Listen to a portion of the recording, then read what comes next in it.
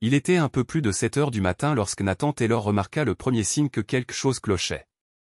Sa femme, Meredith, avait laissé son téléphone sur le plan de travail de la cuisine pendant qu'elle prenait sa douche, ce qu'elle faisait rarement. L'appareil vibra pour signaler un message, la notification illuminant brièvement l'écran avant de s'éteindre. Nathan n'y aurait pas prêté attention, si ce n'est le nom qui apparut en surimpression, David, travail, suivi de ce qui semblait être le début d'un message plutôt intime. Nathan hésita, sa tasse de café à mi-chemin de ses lèvres. Meredith n'avait jamais mentionné de David à son agence de marketing. Il reposa lentement sa tasse, la céramique émettant un léger cliquetis contre le comptoir en granit. Pendant plusieurs secondes, il fixa l'écran obscurci, une bataille faisant rage en lui. Ils étaient mariés depuis 8 ans, et la confiance avait toujours été la pierre angulaire de leur relation.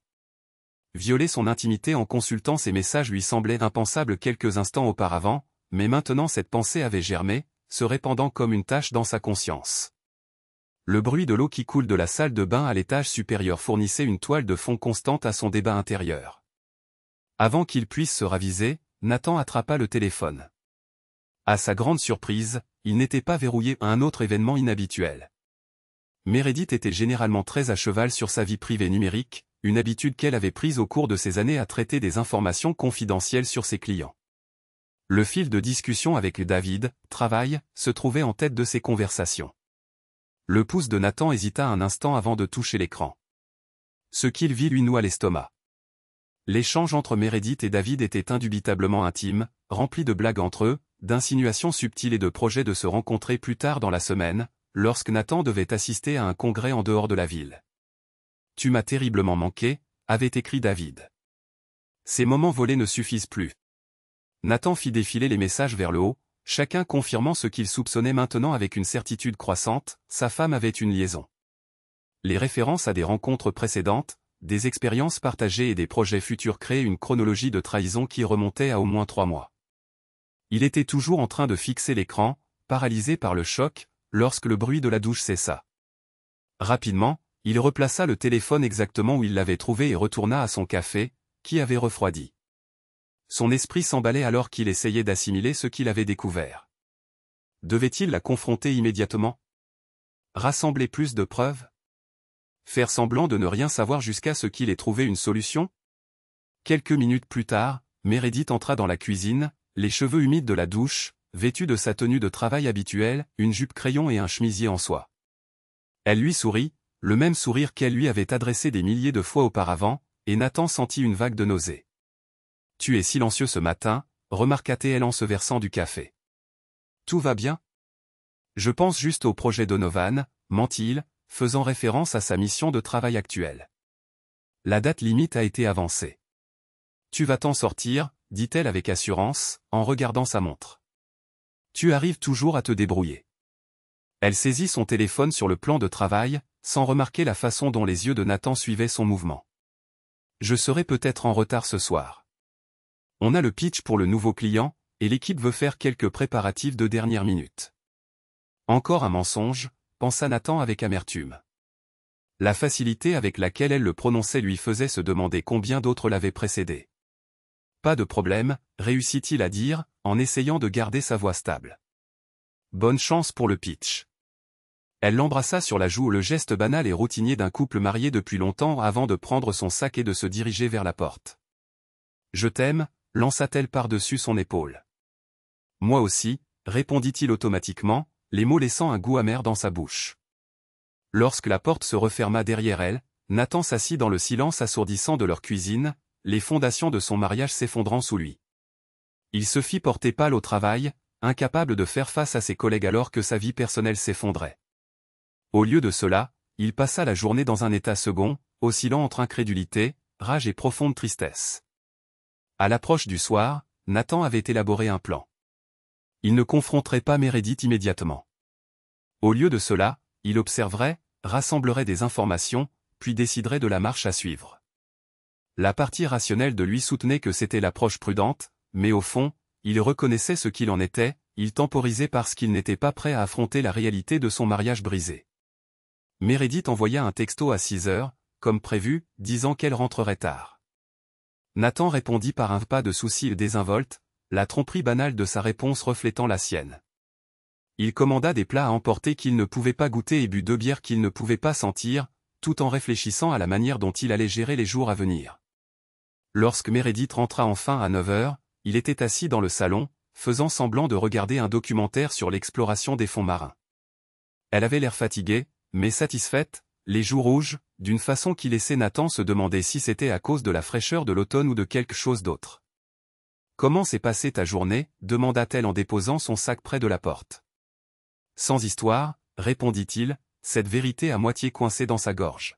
« Et la tienne » Épuisante, soupira-t-elle, s'effondrant sur le canapé à côté de lui.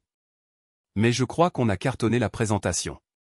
On devrait avoir des nouvelles d'ici la fin de la semaine. » Nathan acquiesça, étudiant son visage à la recherche de signes de tromperie. S'il n'avait pas vu les messages, aurait-il remarqué quoi que ce soit d'inhabituel? La femme à ses côtés semblait être la même Meredith qu'il avait toujours connue, intelligente, ambitieuse, attentionnée. Pourtant, sous cette façade familière se cachait quelqu'un capable d'une tromperie soutenue. « Je vais prendre une douche », annonça-t-elle en se levant du canapé. « J'ai l'impression d'avoir parlé pendant 12 heures d'affilée. » Tandis qu'elle disparaissait à l'étage, Nathan resta immobile, les images colorées de créatures marines exotiques clignotant sur l'écran, oubliées. Il pensa à la suivre, à exiger des réponses, à provoquer une confrontation. Mais le poids de la découverte de la journée l'avait épuisé. Demain, décida-t-il. Demain, il déterminerait sa prochaine action. Le sommeil le fuit cette nuit-là. Il était allongé à côté de Meredith, écoutant sa respiration régulière, se demandant comment elle pouvait se reposer si paisiblement alors que leur mariage était construit sur du sable mouvant. Chaque fois qu'elle bougeait dans son sommeil, tendant la main vers lui comme elle le faisait souvent, il ressentait une pointe d'amour et de trahison mêlée. Il se dégageait prudemment à chaque fois, incapable de supporter son contact. Les jours suivants se sont déroulés selon un schéma similaire. Nathan mimait la normalité tout en surveillant secrètement le comportement de Meredith. Il vérifiait son téléphone dès qu'il le pouvait, notant les nouveaux messages de David et les appels occasionnels qui n'apparaissaient jamais dans son historique d'appels. Il a trouvé des reçus de déjeuner dans des restaurants qu'ils n'avaient jamais visités ensemble, cachés dans les poches de vêtements envoyés au pressing. Il est même passé devant son bureau un après-midi, la voyant sortir non pas pour une réunion déjeuner comme elle l'avait prétendu, mais pour monter dans une BMW argentée inconnue avec un homme qui correspondait à la description du David qu'il avait trouvé sur LinkedIn, grand, bien habillé, avec des cheveux bruns ondulés grisonnant avec élégance aux tempes. Une semaine après le début de son enquête secrète, Nathan a reçu un SMS de Meredith lui rappelant sa prochaine conférence à Chicago. « N'oublie pas d'emporter ta cravate bleue », a-t-elle écrit. « Celle que je t'ai offerte à Noël. Elle fait ressortir tes yeux. » Ce rappel attentionné ressemblait à une moquerie. Nathan savait grâce à leurs échanges de SMS qu'elle et David avaient déjà prévu un rendez-vous dans un hôtel du centre-ville pendant son absence. L'idée qu'ils soient ensemble dans une suite de luxe, riant de la facilité avec laquelle il l'avait trompé, lui faisait bouillir le sang.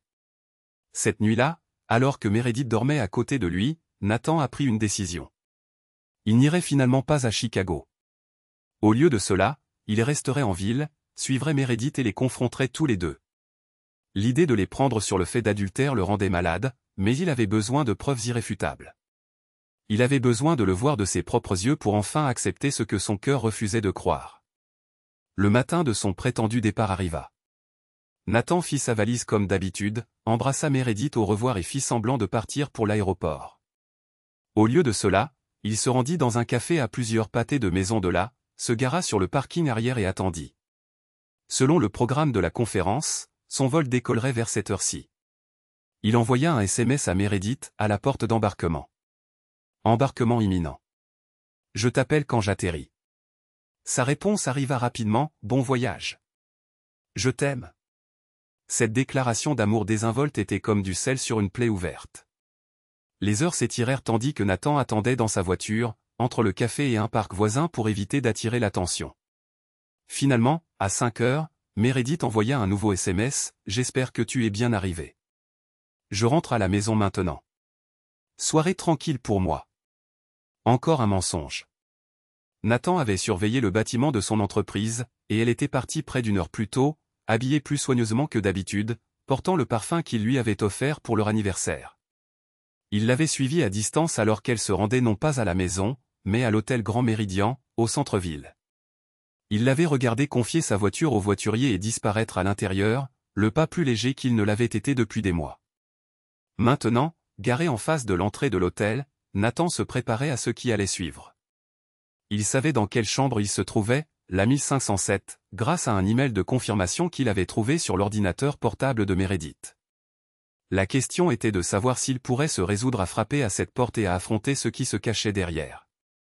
Pendant près d'une heure, il resta immobile dans sa voiture, imaginant différents scénarios, différentes issues. Dans l'un d'eux, Meredith s'effondrait en larmes, implorant son pardon. Dans un autre, elle restait défiante, déclarant que David la comprenait comme Nathan ne l'avait jamais fait. Dans un troisième encore, Nathan s'en allait simplement sans un mot, les laissant à leur trahison tandis qu'il reconstruisait sa vie ailleurs. Finalement, il sortit de sa voiture, l'air frais du soir ne parvenant pas vraiment à apaiser son cœur qui s'emballait. Le hall de l'hôtel était élégant et discret, le personnel entraîné à ne pas remarquer les clients qui préféraient l'anonymat. Nathan ignora la réception et se dirigea directement vers les ascenseurs, son reflet dans les portes polies lui montrant un homme qu'il reconnaissait à peine, pâle, le visage fermé, déterminé. Au 15e étage, il arpenta le couloir tapissé, ses pas étouffés.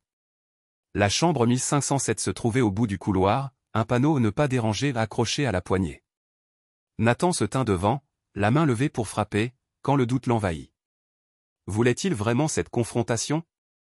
Avait-il besoin de les voir ensemble pour confirmer ce qu'il savait déjà? Avant qu'il ne puisse se décider, la porte s'ouvrit. David se tenait là, vêtu uniquement d'un caleçon et d'un t-shirt, manifestement en route pour le distributeur de glaçons au bout du couloir. Les deux hommes se fixèrent en silence, stupéfaits, avant que David ne se reprenne. « Puis-je vous aider » demanda-t-il froidement, comme si découvrir un étranger devant sa chambre d'hôtel était un petit désagrément plutôt qu'une catastrophe. « Vous êtes David » déclara Nathan d'un ton neutre. La reconnaissance se fit jour dans les yeux de David, suivie rapidement par l'alarme. « Nathan, dit-il, sa voix soigneusement contrôlée. Ce n'est pas ce que tu crois. » Un rire amer s'échappa des lèvres de Nathan. « C'est exactement ce que je crois, rétorqua-t-il en poussant David à l'intérieur de la pièce. Meredith était là, comme il s'y attendait, adossée aux oreillers du lit king size, portant une robe de soie qu'il n'avait jamais vue. Son expression passa de l'attente à l'horreur quand elle le vit. Nathan, halta-t-elle en serrant fermement sa robe autour d'elle. Qu'est-ce que tu comment as-tu découvert, termina-t-il pour elle, sa voix étrangement calme malgré la tempête qui faisait rage en lui. Ce n'était pas difficile. Vous n'avez pas été particulièrement prudent. David l'avait suivi dans la pièce, refermant doucement la porte derrière lui. Écoute, mec, on devrait en parler calmement, commença-t-il, mais Nathan le fit taire d'un regard. Je ne suis pas venu te parler, dit-il froidement. Bien que je sois curieux, est-ce que ta femme sait que tu es ici? Ou croit-elle que tu travailles tard, comme la mienne était censée croire que j'étais en déplacement? David pâlit mais ne dit rien. Nathan se retourna vers Meredith, qui s'était levée du lit et se tenait raide, son visage affichant un masque de culpabilité et de défi. 3 mois, dit-il doucement. C'est depuis combien de temps ça dure, n'est-ce pas? Pendant que je planifiais notre voyage d'anniversaire, pendant que nous discutions de fonder une famille, tu étais avec lui. Ce n'est pas si simple, plaida Meredith en faisant un pas vers lui. Nathan, s'il te plaît, laisse-moi m'expliquer. Expliquer quoi, exigea-t-il, son calme commençant à se fissurer. Comment tu m'as menti en face tous les jours? Comment tu rentrais à la maison après avoir été avec lui et tu dormais à mes côtés? Comment tu m'as laissé croire que notre mariage était solide alors que tu étais en train de le détruire méthodiquement? Des larmes coulaient sur le visage de Meredith, mais Nathan se rendit compte qu'il ne lui restait plus aucune sympathie. La femme devant lui était une étrangère portant le visage de sa femme. Je n'ai jamais voulu te faire de mal, murmura-t-elle. Et pourtant, nous voilà, répondit Nathan, en désignant la chambre d'hôtel, le lit défait, les preuves de leur trahison éparpillées, des verres à vin sur la table de chevet, la chemise de David drapée sur une chaise, les vêtements de Meredith soigneusement pliés sur la commode. Le caractère domestique de la scène le rendait malade. Ce n'était pas juste du sexe, ils avaient créé une intimité parallèle, une version fantôme de ce que le mariage devrait être. Je rentre chez moi pour faire mes valises, annonça Nathan, sa décision soudainement claire comme de l'eau de roche. Je serai parti demain matin. Tu peux retourner à notre maison, ou pas. Je m'en fiche vraiment. Il se tourna pour partir, mais Meredith se précipita en avant et lui attrapa le bras. « Nathan, attends. S'il te plaît, ne fais pas ça. On peut surmonter ça. Les gens font des erreurs, ils se relèvent, ils reconstruisent. » Nathan baissa les yeux sur sa main sur son bras, puis sur son visage couvert de larmes. « C'est bien ça, Meredith. Ce n'était pas une erreur. Une erreur, c'est oublier un anniversaire ou dire quelque chose de blessant dans le feu de l'action. Ce que tu as fait était un choix, des centaines de choix, chaque jour, pendant des mois. Tu l'as choisi, lui, il hocha la tête vers David, qui avait la décence d'avoir l'air honteux, plutôt que nous, plutôt que notre mariage, plutôt que tout ce que nous avons construit ensemble. Ce n'était pas comme ça, insista TL. Je t'aime. Je me suis perdu, d'une certaine manière. Et maintenant, je retrouve mon chemin, répondit Nathan, en retirant doucement sa main de son bras.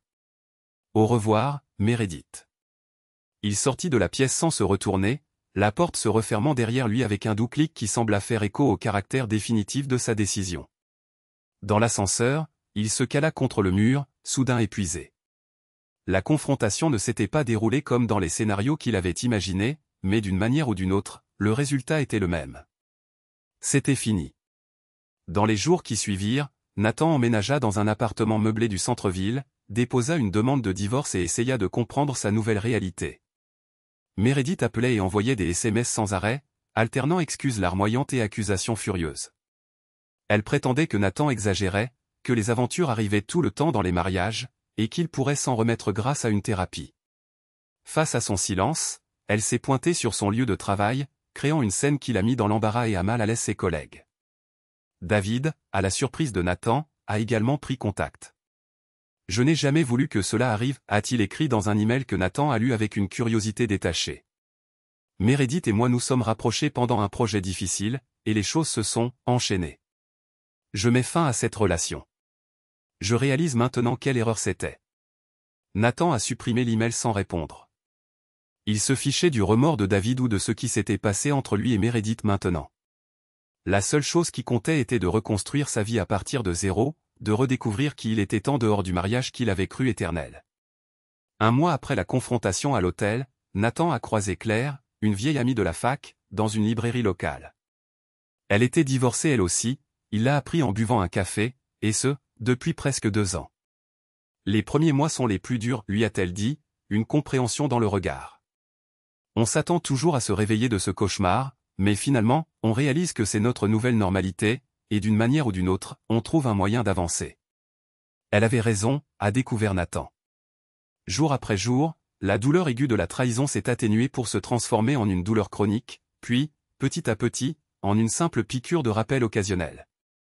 Il a trouvé de la joie à redécouvrir d'anciens hobbies, à renouer avec des amis qu'il avait négligés, à explorer des facettes de lui-même qui avaient été absorbées par la vie conjugale.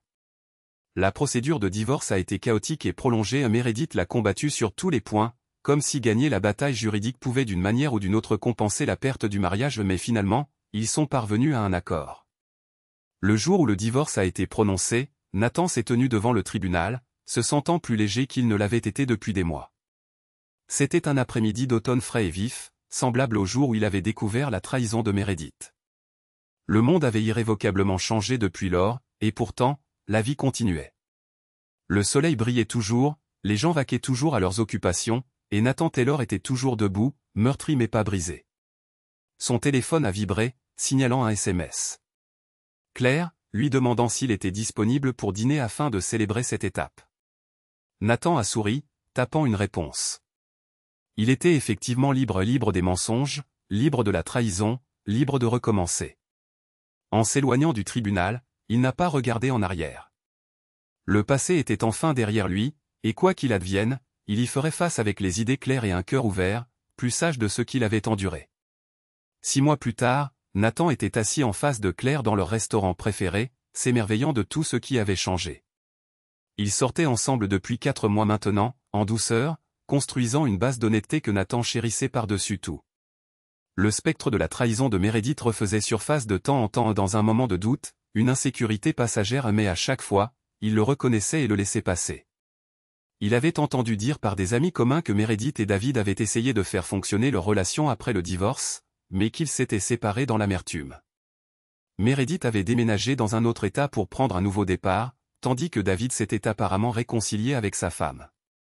Nathan ne leur souhaitait ni bien ni mal, ils existaient simplement dans un chapitre de sa vie qui était maintenant clos. Alors que Claire riait de quelque chose qu'il avait dit, ses yeux se plissant au coin, Nathan a ressenti une vague de gratitude. Le chemin qui l'avait conduit ici avait été douloureux au-delà de l'imagination, mais assis à cet instant précis, il ne changerait rien. Parfois, se disait-il, il fallait le démantèlement complet de la vie que l'on pensait vouloir pour révéler la vie qui nous attendait depuis toujours. « À quoi penses-tu » a demandé Claire, remarquant son expression contemplative. « Juste à quel point la vie peut être inattendue » a-t-il répondu honnêtement. « Et comment parfois, ce qui ressemble à une fin n'est en réalité qu'un début. » Elle a tendu la main et a pris la sienne par-dessus la table, comprenant sans qu'il ait besoin d'expliquer davantage. C'était l'une des choses qu'il aimait le plus chez elle, sa capacité innée à lui laisser l'espace nécessaire pour traiter ses pensées sans exiger qu'elles soient toutes partagées. Alors qu'il quittait le restaurant main dans la main, s'aventurant dans l'air frais du soir, Nathan a levé les yeux vers le ciel étoilé. L'univers était vaste et largement mystérieux, un peu comme le cœur humain. Mais ce soir, sous ces mêmes étoiles, il ressentait un profond sentiment de paix. Quoi qu'il arrive par la suite, il était prêt. La trahison qu'il avait autrefois définie n'était plus qu'un élément de son histoire, un chapitre douloureux, mais pas tout le livre. Et les pages qui restaient à écrire? Elles étaient pleines de possibilités, attendant d'être remplies de nouvelles aventures, de nouveaux défis, et peut-être, plus étonnamment que tout, d'un nouvel amour. Nathan serra la main de Claire doucement en marchant, reconnaissant pour ses deuxièmes chances et ses cadeaux inattendus qui surgissent parfois des décombres de rêves brisés.